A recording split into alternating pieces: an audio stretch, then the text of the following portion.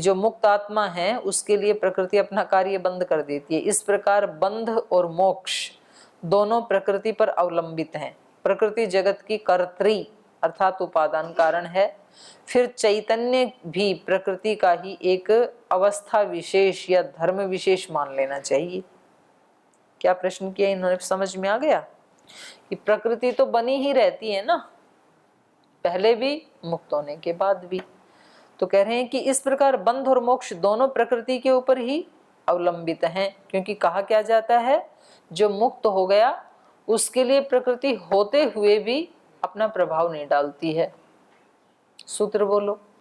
कृतार्थम प्रति नष्टम अप्यनष्टम तदन्य साधारणत्वात्। जो कृतार्थ हो गया उसके लिए प्रकृति नष्टम नष्ट हो गई, लेकिन जो अभी अकृतार्थ हैं उनके लिए बनी रहती है। तो कह रहे हैं कि जब ये ऐसा है तो प्रकृति जगत की कर्त्री हो गई, अर्थात जगत का उपादान कारण वो तो है ही।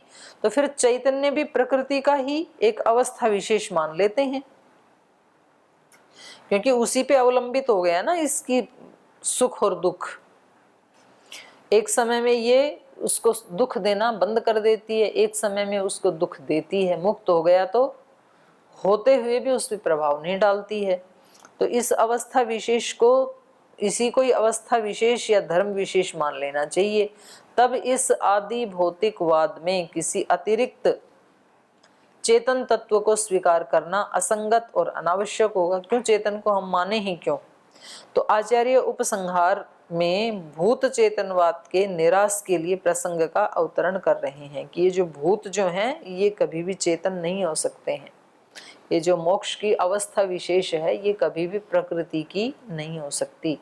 मोक्ष प्राप्ति आदि के अनुष्ठानों में केवल मात्र देह अपेक्षित है ऐसा नहीं, बल्कि ये केवल जो शरीर है ये केवल मोक्ष प्राप्ति के अनुष्ठान के लिए ही अपेक्षित है ऐसा नहीं है, बल्कि क्या है, न देह मात्रतः कर्माधिकारित्वम वैशिष्ट श्रुते है। शरीर मात्र के कर्मों से कोई व्यक्ति मुक्त नहीं होता है। देह मात्रतः कर्माधिकारित्वम न, केवल शरीर से कर्मानुष्ठान में अधिकारी होना संभव नहीं है, बल्कि वैशिष्ट श्रुते विशेषता के श्रुति प्रतिपादक होने से विशेष कर्म करना पड़ता है। सामान्य कर्म शरीर से करता रहे और कोई मुक्त हो जाए ऐसा नहीं है। तो केवल शरीर का मतलब है प्रकृति, कि प्रकृति के मात्र निमित्त से कोई मुक्त हो जाए ऐसा नहीं है। मोक्ष आदि की प्राप्ति के लिए कर्मानुष्ठान में अधिकार प्राप्त होना ये केवल मात्र देह पर आधारित नहीं है। उन अनुष्ठानों में ऐसे भाव अपेक्षित होते हैं जो चेतन तत्व स्वीकार करने पर ही संभव हो सकते हैं। उस प्रकार की विशेषताओं का शास्त्र में वर्णन किया गया है। मोक्ष आदि के अनुष्ठान में वही व्यक्ति अधिकारी होता है जो अर्थी हो और समर्थ हो। अर्थी मतलब जिज्ञासु। सबसे पहले जिज्ञासा तो हो, जिज्ञासा ही नहीं है तो कैसे होगा? जिज्ञासा भी हो, समर्थ भी हो। कई बार जिज्ञासा तो होती है, बड़ी बड़ी जिज्ञासाएं पाल लेते हैं व्यक्ति, सामर्थ्य है नहीं, तो वो भी होनी चाहिए।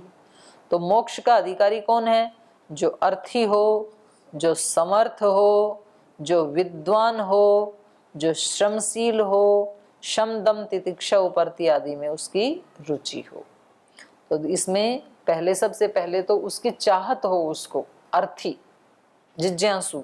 दूसरा उसमें वो सामर्थ्य हो। तीसरा विद्वान भी हो।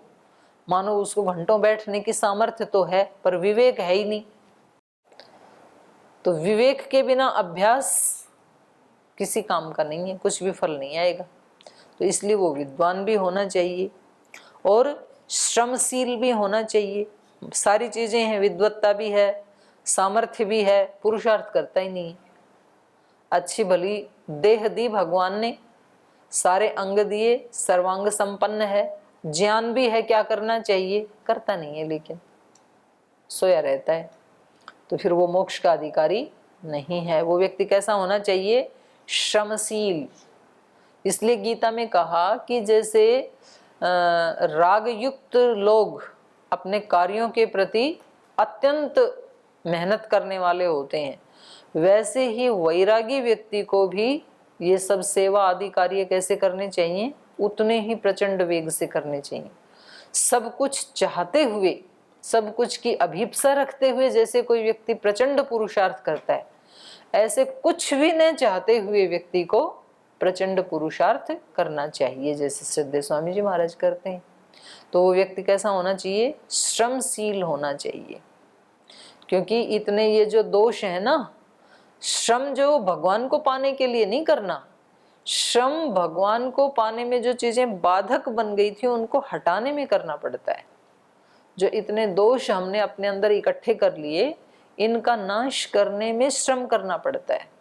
अपने आप नाश नहीं होगा इनका कभी भी, कि चलो जी अब तो हमें संन्यास लिए 5 साल तो हो ही गए, तो ऐसे धीरे धीरे 10-15 साल और हो जाएंगे, तो 25 साल के बाद तो भगवान को दया आई जाएगी कि भाई सन्यासी है, 25 साल से सन्यास में ध्यान उपासना भी कर ही रहा है, कम से कम आधा घंटा, तो चलो इसको मुक्त कर देते हैं। ऐसा नहीं होगा, उसके लिए श्रम करना पड़ेगा। इसलिए उसको क्या बताया है वहां पर, तुष्टि दोष।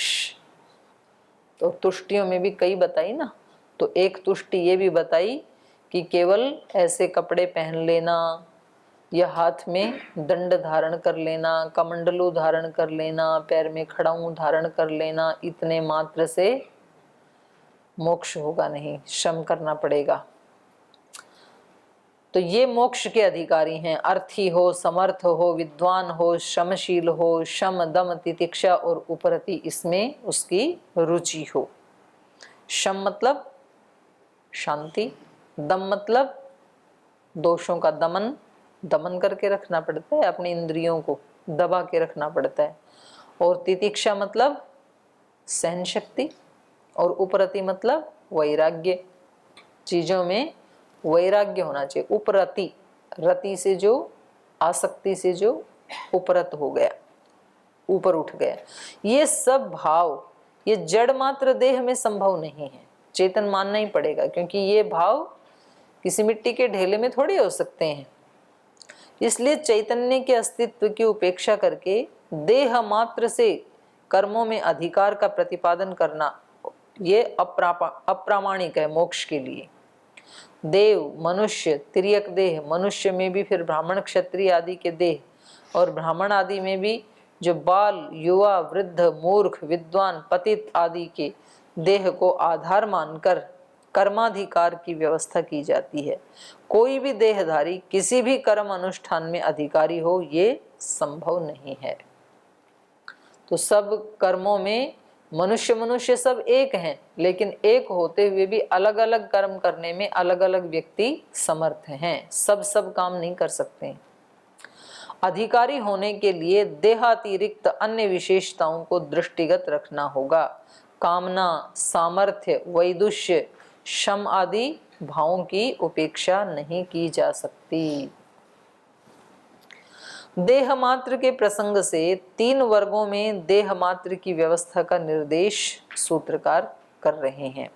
तो यहाँ शरीर की बात चल रही थी ना कि भाई चेतन को मानने की क्या जरूरत है, शरीर दिख ही रहा है सबको, और शरीर के जो कर्म हैं इन्हीं से ही मोक्ष मिल जाया करे, ऐसा हो जाए। तो बोले नहीं, ऐसे नहीं हो सकता है, क्योंकि मोक्ष का अधिकारी कौन है, जिसमें ये पात्रताएं हैं, और ये पात्रताएं जड़ में हो सकती नहीं है, इसलिए चेतन को तो मानना पड़ेगा। लेकिन चेतन में भी इस शरीर को धारण करके भी सब एक जैसे मनुष्य नहीं हैं, तो इसलिए 3 वर्गों का यहाँ पर भी व्यवस्था कर दी है। त्रिधा त्रयाणाम व्यवस्था, कर्म देह, उपभोग देह, उभय देहा। तो 3 प्रकार के शरीर हैं। एक हैं जो कर्म देह हैं, कर्म योनि, और दूसरा है उपभोग योनि, उपभोग देह है, और तीसरा है उभय देह। देव, मनुष्य और त्रियक, तीनों के देह की व्यवस्था, वर्गीकरण 3 प्रकार से हुआ है, ये देखा जाता है। वे 3 वर्ग कौन से हैं? कर्म देह, उपभोग देह, उभय देह। तिर्यक में स्थावरों का भी समावेश हो जाता है। तिर्यक मतलब जिनकी रीढ़ तिरछी है, ऐसे गाय भैंस आदि कैसे होती है, मनुष्य की ऐसे होती है, तो वो तिर्यक में आते हैं। तिर्यक का मतलब जिनकी पीठ ऐसे है। तो ये कह रहे हैं इन्हीं के साथ जो स्थावर है वृक्ष आदि, इनकी पीठ तो ऐसी नहीं है, सीधी है, तो भी इनको इन्हीं के साथ जोड़ दिया, तिर्यक योनि के साथ ही। तिर्यक में स्थावरों का भी समावेश हो जाता है। तो इस प्रकार देव से लेकर स्थावर पर्यंत समस्त देह 3 वर्गों में विभक्त हैं। कर्मदेह उन वीतराग परम ऋषियों को समझना चाहिए जो फल की अभिलाषा को छोड़कर केवल कर्म का अनुष्ठान करने में तत्पर रहते हैं। तो वो कौन है? कर्मदेह। इस भावना से कार्य करने वाले ब्रह्मचारियों और यतियों का भी इसी में समावेश समझना चाहिए। सृष्टि के आदि से, मतलब ये जो वर्णन है इसमें श्रद्धेय स्वामी जी महाराज और आप सब इसमें शामिल हो जाएंगे, क्योंकि वो कर्म कैसे करते हैं? फल की भावना को छोड़ करके। कर्मदेह उन वीतराग परम ऋषियों को समझना चाहिए जो फल की अभिलाषा को छोड़कर केवल कर्म का अनुष्ठान करने में तत्पर रहते हैं। इस भावना से कार्य करने वाले ब्रह्मचारियों और यतियों का इसी में समावेश समझना चाहिए। सृष्टि के आदि में जो वेद प्रवक्ता ऋषि प्रकट होते हैं वे भी इसी कोटि में हैं। उपभोग या भोगदेह उनकी है जो केवल अपने पूर्वकृत कर्मों का फल भोगने के लिए उस देह को धारण करते हैं। तो इस वर्ग में कौन आएंगे? इंद्र आदि देव आ जाएंगे और तिर्यक देह का समावेश हो जाएगा। तो तिर्यक का दोनों में समावेश है, क्योंकि तिर्यक भी तो बहुत सारे हैं ना। तो इनमें कुछ कर्म देह हैं और कुछ उपभोग देह हैं। तो ये देवता आदि योनि भी क्या है? भोग योनि ही है। ये भी वो कर्म नहीं कर सकते हैं देवता आदि, और या करते भी हैं तो उनका कर्माशय नहीं बनेगा। इंद्र आदि देव योनियां केवल भोग योनियां हैं, और पशु पक्षी कृमि कीट पतंग स्थावर आदि भी भोग योनियां हैं, भोग कर सकते हैं। अब कर्म तो कुछ ना कुछ तो करते ही है ना, लेकिन उसका कर्माशय नहीं बनता है। जैसे गाय कितना भी दूध दे दे तो उपकार तो हो ही रहा है ना, पर उसका कोई कर्माशय नहीं बनेगा पुण्य का कि इसने जीवन भर दूध दिया।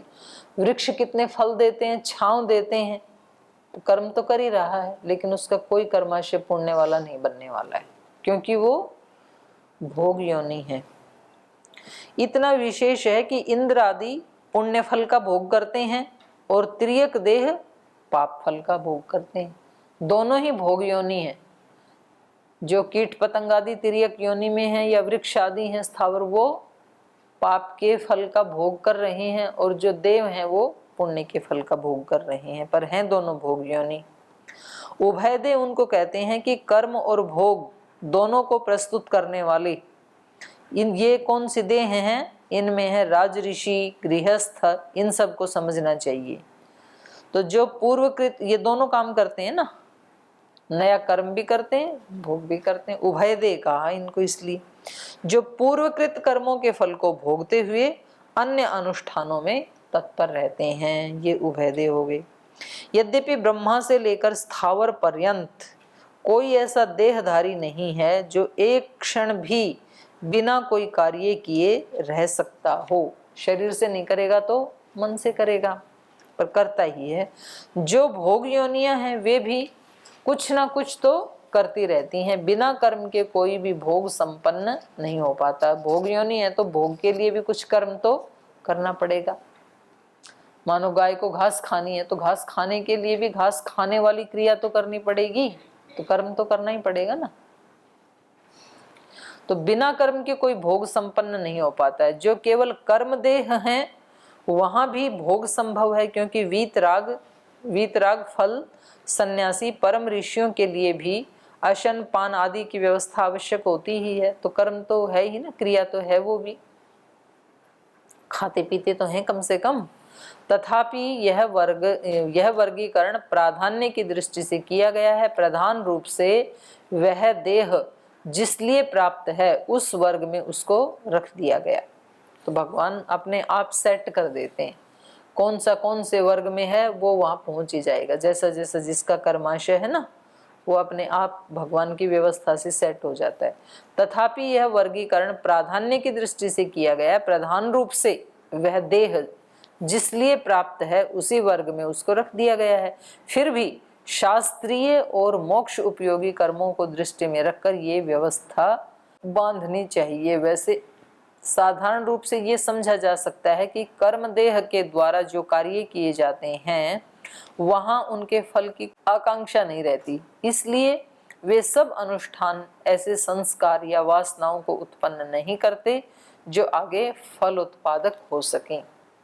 माने जो ऐसे कर्म योगी है ना, वो कितना भी कर्म करें तो उसका फल ये नहीं आएगा कि आगे भी कोई और शरीर लेना पड़े। सब कर्म करते हुए भी वो आगे के जन्म मरण के प्रवाह को रोक सकते हैं। इसलिए ऐसे देह को केवल कर्म देह कहा है। जो केवल भोग देह है, वहां जो कर्म उन देह के द्वारा किया जाता है वह केवल भोग संपादन के लिए होता है, उससे भी अन्य संस्कार या वासना ऐसे उत्पन्न नहीं होते जो आगे फल दें। ये भोग योनि वाले कर्म तो करते ही हैं कुछ ना कुछ, पर वो कर्म किस लिए हैं? जो फल भुगतवा दें, बस आगे नया नहीं बनेगा कोई संस्कार। फलतः यहाँ कर्म से उन्हीं कर्मों का अभिप्राय है जो आगे फल प्राप्ति की कामना से किए जाते हैं, इसलिए वे कर्म वासना संस्कार आदि को जन्म देते हैं जो आगे फल और भोग को प्रस्तुत करते हैं। भोगों के साथ जहाँ ऐसे कर्मों का अनुष्ठान किया जाता है वे केवल उभयदेय कहलाते हैं। अब अगले सूत्र की अनुतरणिका बना रहे हैं। उपनिषदों में पंचाग्नि विद्या का वर्णन है। पंचम्याम आहुतय आपह पुरुषः वचसो भवन्ति। जो पांचवी आहुति है, पंचम्याम आहुतौ, पंचमी आहुति में आपह जल पुरुष वचसो भवति, पुरुष की वाणी में बोलने लगता है। पांचवी आहुति में ये जो जल है ये पुरुष की वाणी में बोलने लगता है। तो ये क्या है? पांचवी आहुति में आपस पुरुष नाम वाले बन जाते हैं, पुरुष नाम वाले। पांचवी आहुति में जो आपस माने जल, जो जल है वो पुरुष की वाणी में बोलता है, मतलब पुरुष बन जाता है पांचवी आहुति में जल। इसलिए तृतीय आहुति की स्थिति भयावह रहती है। तीसरी आहुति का मतलब क्या है? अभी वो पुरुष नहीं बन सकेगा, बीच में है अभी तीसरी आहुति तो इसलिए का तृतीय आहुति की स्थिति भयावह रहती है। कर्मी आत्मा कर्म अनुरूप सुख फलों को भोगकर जब पुनः इन योनियों में आते हैं, उस अंतराल मार्ग में आत्मा की क्या स्थिति समझी जाएगी? तो उसका सूत्रकार वर्णन कर रहे हैं। न किंचित अपि अनुशयिनः। अनुशयिनः, अनुशयिन माने अनुशयी का, अनुशयी मतलब जो सो गया, सोया हुआ है उसका। अनुशयिनः, अनुशयी व्यक्ति का किंचित अपि न, उपयुक्त देह में से कोई भी नहीं होती। उस अवस्था में वे सब आत्मा अनुशयी कहे जाते हैं। माने जिनको कोई भी इन तीनों में से ना कर्म देह मिली, ना उपभोग देह मिली, ना उभय देह मिली, तो वो कैसी आत्माएं हैं? अनुशयी। न किंचित अपि, तीनों में से कोई भी नहीं मिला अनुशयी आत्माओं को। तो ये कह रहे हैं उस समय उनको कोई कर्म क्षम या कर्म भोग क्षम ये प्राप्त नहीं होता। जब तक ऐसा देह प्राप्त ना हो तब तक उनकी अनुशयी संज्ञा रहती है। तो ऐसी आत्माएं हमारे इस कक्ष में भी बहुत सारी हो सकती हैं। अनुशयी आत्माएं ऐसे ही रहती हैं फिर आकाश में। तो यहाँ भी पता नहीं कितनी हैं, हमारे चारों तरफ अनंत हैं ना। भूत प्रेत तो फिर योनि हो गई, ये तो अनुशयी हैं। भूत प्रेत तो भोग योनि हो गई, एक पाप का फल भोग रहा है वो आत्मा। जिसको अभी तीनों में से कोई भी शरीर नहीं मिला वो अनुशयी आत्मा है। हमारे शरीर के अंदर भी हैं अनुशयी आत्माएं, बाहर भी हैं। हमारे शरीर के अंदर भी तो आकाश है, हमारे शरीर के अंदर तो जीती जागती बहुत सारी आत्माएं हैं। कितने बैक्टीरिया हैं, कितने कृमि हैं। मैं तो अनुशयी आत्मा की बात कर रही हूँ, वो भी अंदर है सांस के साथ। क्योंकि तब वे केवल दूसरे के आधार पर शयन या निवास करते हैं, उनका अपना अभिमानी देह कोई नहीं रहता जिसको वे अपना कहकर अहम भाव प्रकट कर सकें। तो आचार्य ने स्पष्ट किया कि उस अवस्था में अनुशयी आत्माओं का कोई देह नहीं होता। वस्तुतः वह आत्मा की न तो भोग स्थिति है और न उस अवस्था में कोई अनुष्ठेय कर्म संभव है। इसलिए कर्म देह, उपभोग देह या उभय देह की वहां कोई संभावना नहीं है अनुशयी आत्मा के लिए। और कुछ व्याख्याकार जो हैं वो अनुशयी का अर्थ करते हैं विरक्त, वीतराग, और उसके लिए जड़ भरत आदि का उदाहरण उन्होंने दिया है, पर ये असंगत है। तो असंगत है तो हम पढ़ेंगे ही नहीं।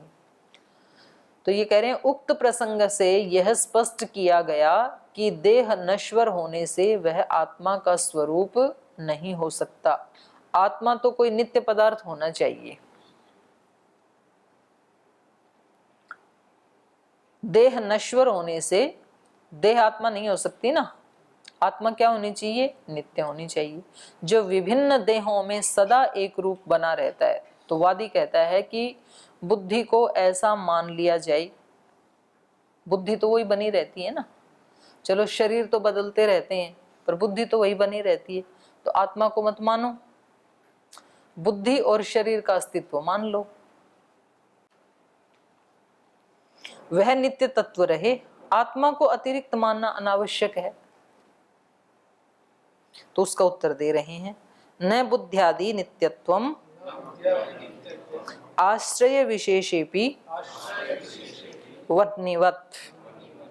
बुद्धि आदि का नित्यत्व भी नहीं मान सकते, क्योंकि बुद्धि आदि को भी तो कोई आश्रय चाहिए ना। जैसे अग्नि को कोई आश्रय चाहिए तभी तो अग्नि जलेगी।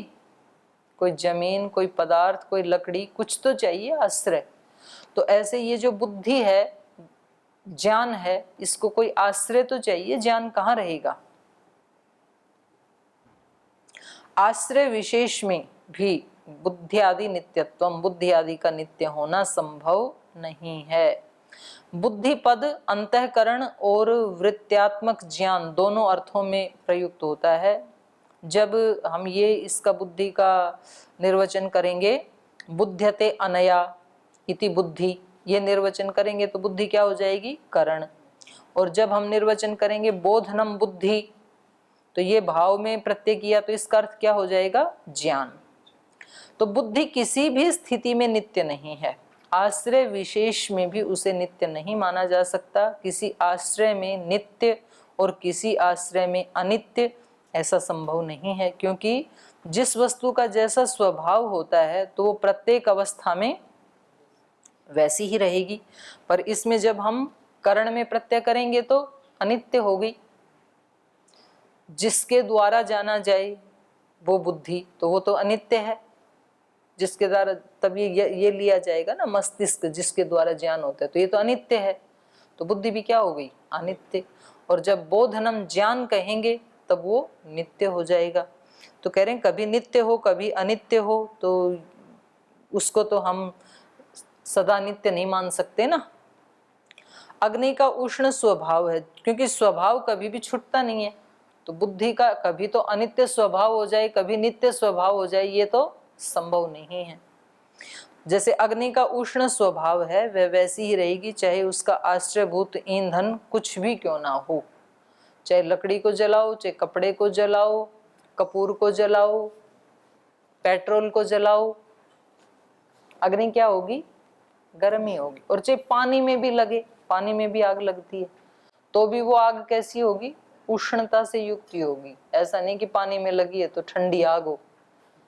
जैसे लोग कॉफी पीते हैं ना, कोल्ड कॉफी, हॉट कॉफी, तो ऐसे अग्नि दो नहीं होती है, हॉट अग्नि, कोल्ड अग्नि, ऐसी नहीं होती है।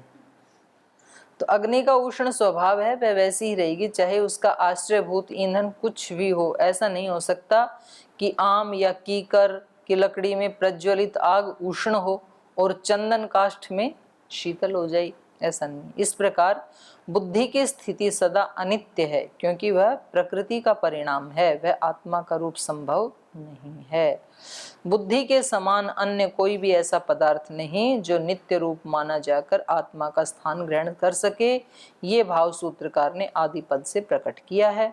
फलतः देह या अन्य कोई अनात्म तत्व आत्मा का स्थान ग्रहण नहीं कर सकता। तो आगे उसी को ही और पुष्ट कर रहे हैं, आश्रया सिद्धेश्च,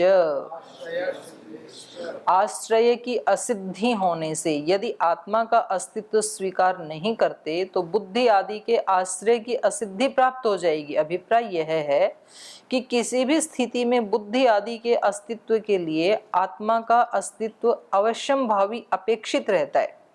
बुद्धि आदि का अस्तित्व आत्मा के लिए है, यदि उसी की उपेक्षा कर दी जाए तो बुद्धि आदि का अस्तित्व ही भयग्रस्त हो जाएगा। वो है ही किसके लिए फिर, यदि आत्मा को नहीं मानते? आत्मा के लिए तो बुद्धि का अस्तित्व है। बुद्धि प्रकृति का आद्य कार्य है।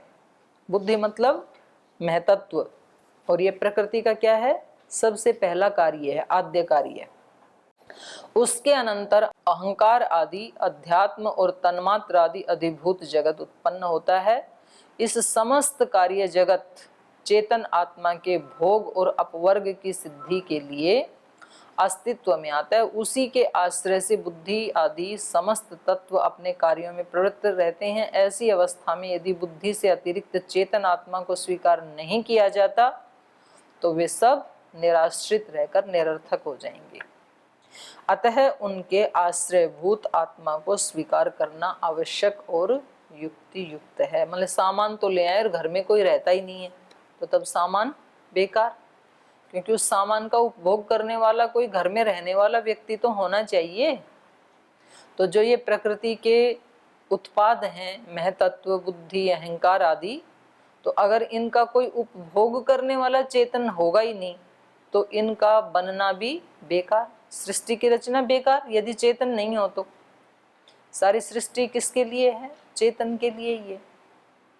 सांसारिक शरीर की व्यवस्था और अतिरिक्त आत्मा अस्तित्व की पुष्टि के लिए योग सिद्धियों के विषय में सूत्रकार कह रहे हैं, योग सिद्धयोपि औषधादि सिद्धिवत नापलपनीयाः। औषधि आदि सिद्धिवत, औषधि आदि द्वारा प्राप्त सिद्धि के समान योग सिद्धय अपि, जो योग से या समाधि से जो सिद्धियां प्राप्त की जाती हैं वो भी अपलपनीय, अपलाप के योग्य नहीं है, माने उनको भी हम नज़रअंदाज नहीं कर सकते हैं।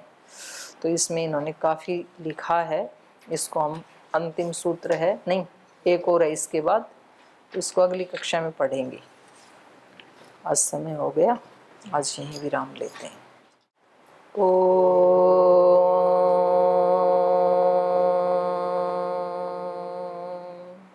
शांति शांति शांति। श्री गुरुभ्यो नमः।